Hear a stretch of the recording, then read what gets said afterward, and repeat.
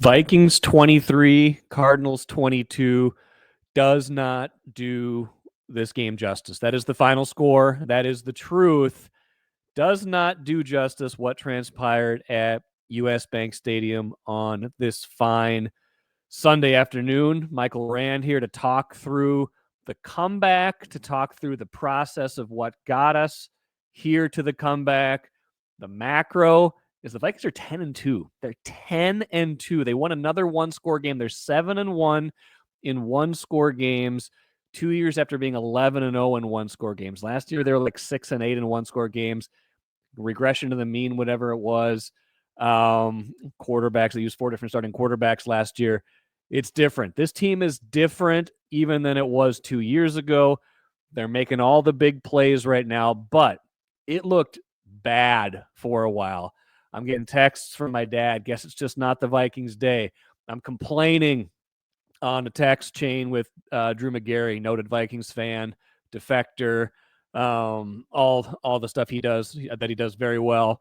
We're texting back and forth like, hey, pass rush non-existent. Aaron Jones don't need a fumbling running back problem right now. He's basically said Drew's like midway through the third quarter. It's just not their day. 19-6 at that point. Hard to say it was going to be their day at that point.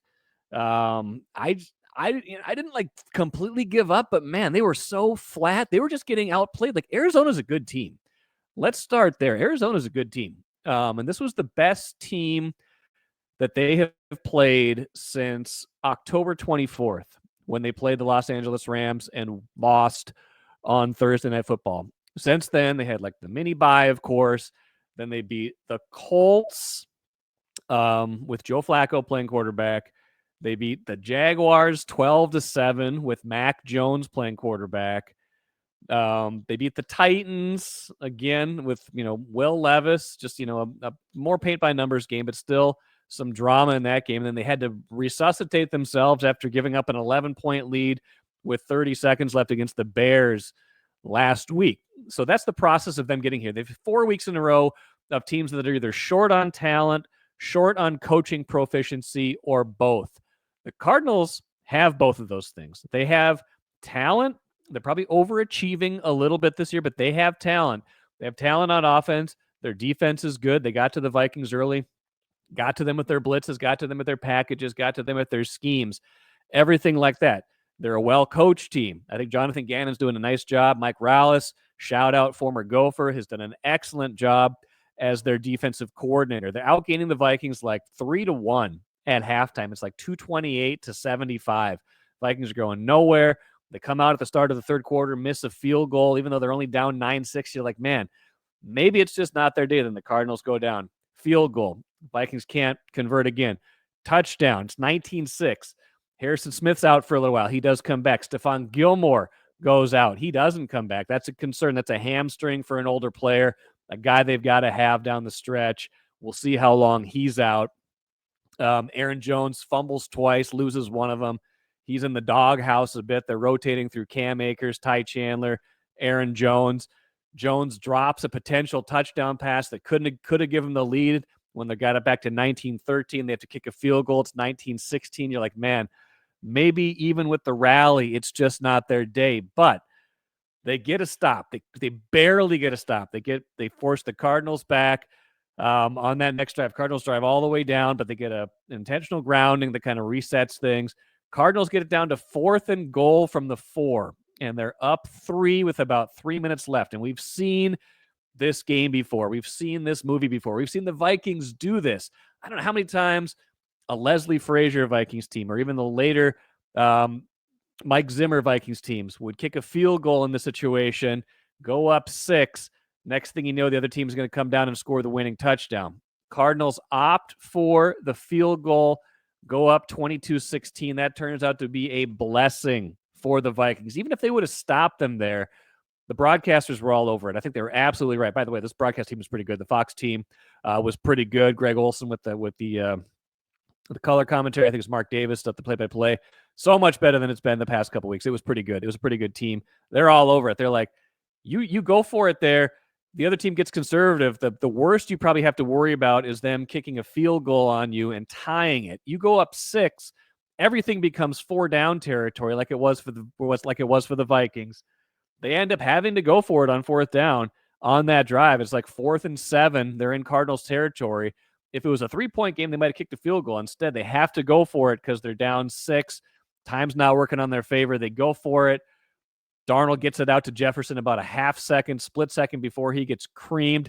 Jefferson brings it in for a first down, fresh set of downs. They get it down to the goal line. Aaron Jones, redemption arc, touchdown. Now I'm thinking, okay, great. They scored. Yes, they made the extra point, but there's a minute 13 left, and the Cardinals have all 3 timeouts left. Cardinals have been moving the ball at will all day. Cardinals have been the better team for the vast majority of the day. They don't have the momentum, but they've got Kyler Murray plus the running game had been about 400 yards of offense at that point. They've been effectively moving the ball. James Conner, short passes. Their tight end caught about 1 million balls. Trey McBride, 12 catches for 96 yards. Like, they can dink and dunk their way to the 30. It felt like you get 40 yards with about 5 or 6 short completions. You got 3 timeouts. You can work your way down the field. I'm like, they scored, but they scored too soon. Like, that's the instinct of the Vikings. Vikings, someone who's watched a bunch of Vikings games, right? Like, they scored too soon. But instead, like we watched, they get a stop, they get a sack, they get a pick at the very end, 23-22. Again, Vikings have played a lot of close games this year, but they haven't played a lot of games like that where they're in the chase position pretty much all game. They've played a lot of close games this year where a team gets within a score late and it's not so tenuous, not so tight. They've got to recover an onside kick, or someone scores with like 10 seconds left, and it's still technically a 1-score game. The Bears game should have been like that if they would have recovered the onside kick, but I digress. This one is different. They're in the trail position the entire game. Their very first lead is when they scored that touchdown to go up 23-22 with a minute left. That is the very definition of not how they've been doing it all year. They've been very much playing with a lead, very much playing ahead. They did not do that today. So for Sam Darnold to go touchdown, field goal, touchdown on their 3 final drives when they get some tempo going after basically doing nothing all day, being harassed, standing in, making some big-time throws against some big-time pressure, that's huge. That's just, again, more evidence of his growth, more evidence of what he's done this season. I'm sure he's going to get a game ball in the Kevin O'Connell post-game speech. I'm sure you're going to get one for the defensive players, probably for Byron Murphy getting a pick against his former teammate. Maybe for the interior run. For this Redmond guy, play Redmond more. Man, he had like 2 run stops, like 2 tackles for loss. I never see him play. Let's see a little bit more of him. But, on a day where they weren't at their best for about 3 quarters plus, they still find a way to win against a pretty good team, a team that is in contention to be a division winner, a playoff team. That's impressive. That was as fun of a game as I can remember them playing this season, just start to finish, the rally, tense, tight, felt like a playoff game. So that's what got it done. I'm going to run some questions, some answers right now. Noby Dent on Blue Sky says, we're 10-2, and I'm comforted by the fact that the QB that has led us there will be elsewhere next season. Seems like a nice guy, but wow, is he a roller coaster of good and bad, of crazy good and bad. I get it. That is kind of the Sam Darnold experience, but he hasn't thrown an interception at all the last 3 weeks. I know he wasn't moving the ball a ton early. I put that more on the offensive line than anything. I think you've gotten 90% of the good of Sam Darnold these last few weeks. I get that maybe that's not the perfect long-term solution, that he's given you maybe the best year of his career right now, certainly to this point. But I'm not here for the Sam Darnold slander. I think he's been playing at an exceptionally high level, making big time throws, fitting them into windows that only his arm, only his vision can see. So I'm pretty impressed by him. 23 touchdowns, 10 interceptions this season, a 10-2 record. Yeah, that's maybe not your long-term guy. J.J. McCarthy's your long-term guy, but Sam Darnold, the roller coaster has been up more than it's been down. Giles Farrell on Blue Sky says, Greg Olsen made a great point on the broadcast that the Vikings picking up the tempo on offense helped get them going in the 4th.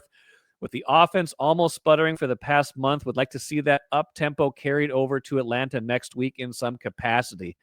I'm with him. I think they're better when they do that. I think they get some rhythm. I think they've tried to do that at various points this season. Sometimes they do it for like 2 or 3 plays where they want to catch a team in a certain personnel grouping where they think they've got an edge, where they think they've got some tired defensive players, where they think they can run, certain plays and gain an edge against somebody. But I'd love to see it a little bit more. The risk you run, of course, is if you go 3 and out and it takes you like a second to get 3 and out, your defense is going to be on the field quickly. But I think that's mitigated by the flow that they get. And then, sometimes you run that tempo, you get up to the line, then you slow it down, you catch teams like that. So I agree. I think they're better when they're doing that. I think it gets Darnold into a better rhythm. So I tend to agree with that sentiment about using tempo more often. Nick Coward, excellent. I love Nick, our fan from over, I believe, over in England. Met Nick when we were there for the London game. Nick says, is this 2022 all over again, or does this team have a legitimate chance to make noise in the postseason? That's a great question. I think this team is different. I think they're built different than the team that that was from I don't think that maybe this is different. I can't remember if it's the same Nick or not. Anyway, this is different than that team. I think this is a better team than the team from 2022. That team seemed like more smoke and mirrors. I feel like this team has a top 10 caliber defense. Now I'm concerned about the injuries, but they make enough big plays on defense. It's not just bend but don't break. They can do enough stuff. It's not all scheme. They've got enough talent on defense and enough playmakers on offense that I feel like, while I think it will be a tough road, even though they're 10-2, to catch the Lions, like it's probably going to be a 5 or a 6 seed. You're going on the road in the first round of the playoffs as a 13-4, a 12-5 wild card. That's tough. I'm not going to love their seed. I do like the way they play, though. I think this is a much better team than the one 2 years ago. So I guess somewhere in the middle. I had very little faith in that team 2 years ago to make any kind of playoff run, even though they had home field in that first round game. Should have beaten the Giants. That team was not built for playoff success, for sustained success. But I do believe this team is much better than that. Capable of winning a playoff game, maybe 2. Depends on the opponent. The matchups will determine a lot of that. I think that there's something to that. Skolny says they were dead flat for 3.5 quarters, then flipped the switch. Also couldn't believe the Cardinals kicked the field goal on 4th and 4. I'm with you. I think they should have gone for it. I don't know if it would have ultimately changed the outcome of the game, but the Cardinals were moving the ball generally when they wanted to, and to just hit pause there, they were pretty conservative a lot of times when it got down to the goal, when it got down to that, 4th and 2 on the opening drive. They decided to get points. Like the Vikings had to work harder to stay in the game earlier. The Cardinals should have been up 10, I feel like, instead of 3 at halftime. Like there were some definite conservative moments. I get that their defense has been playing really well, that maybe they thought, okay, we're going to make Sam Darnold work. We're going to force him into a turnover, and that's how we're going to win the game in the end. But I really thought they should have gone for it in a couple of those scenarios where they didn't. Trusted Kyler Murray, trusted some of the decisions he was making. So I think that was a miss on their part. I think they could have done more with that for sure. End of the day, though, the Vikings get it done. Aaron Jones, like I said, the redemption story. Sam Darnold, after not doing much, not getting much protection, they're getting third down sacks all over the place, getting run off the field. He comes through with touchdown, field goal, touchdown on their last 3 drives. The defense makes a huge stand at the end.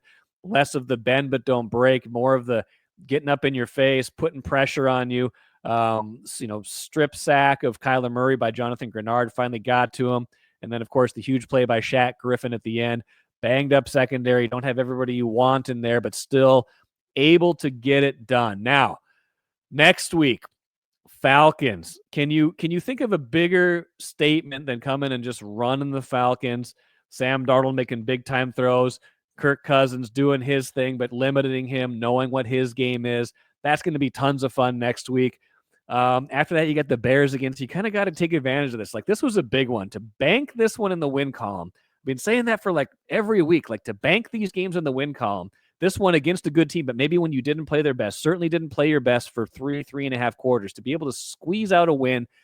That is what good teams do. It's also just completely necessary in this NFC North, if you're going to have any chance of winning the division, if you're going to have any chance of hanging in there and having a shot in the end to be a 1 seed, where then, hey, then you're talking about first round bye, better playoff matchups, home field, things like that. If you're talking about that in the end, if you manage to get yourself that at the end of the day, then yes, absolutely, this is a team that can go to the conference championship. They can go to the Super Bowl. I don't think they're the best team in the conference. I think Detroit is pretty clearly that. I don't know if they're the second best team. I think Philadelphia is playing awfully well. They're definitely in the top 4, though. They're definitely a top 4 team. The problem is they're in the best division in football, and they might end up as the wild card, and that is going to hurt them when it comes playoff time unless they are able to secure home field advantage throughout. That's still out there in front of them. If Detroit loses to Green Bay, if the Vikings keep taking care of their business, if the Vikings beat Detroit in that finale that could be a winner-take-all at the end, you never know. Not giving up on that possibility, not saying Detroit's unbeatable. They almost lost to the Bears on Thanksgiving. Could have gone to overtime if Matt Eberflus wasn't a total joke of a coach. But it's right there in front of them, but they still have so much work to do. They're going to have to play better in some of these critical games and some of these weighty downs, as Kevin O'Connell likes to say. So it's only going to get harder from here in a lot of these games down the stretch. Green Bay, Detroit, those are going to be big games. You can't overlook Atlanta. Atlanta's a good team. You can't overlook the Bears. They're playing better. You got the Seahawks in there still, but a lot of home games in there, a lot of opportunities. Winning this one keeps it all in front of them in a way that just didn't seem possible for most of the day. That'll do it for me. Thanks for joining me live. Thanks for joining on the replay if that's what you're watching. Royce with me on Monday's podcast, and we'll talk to you then.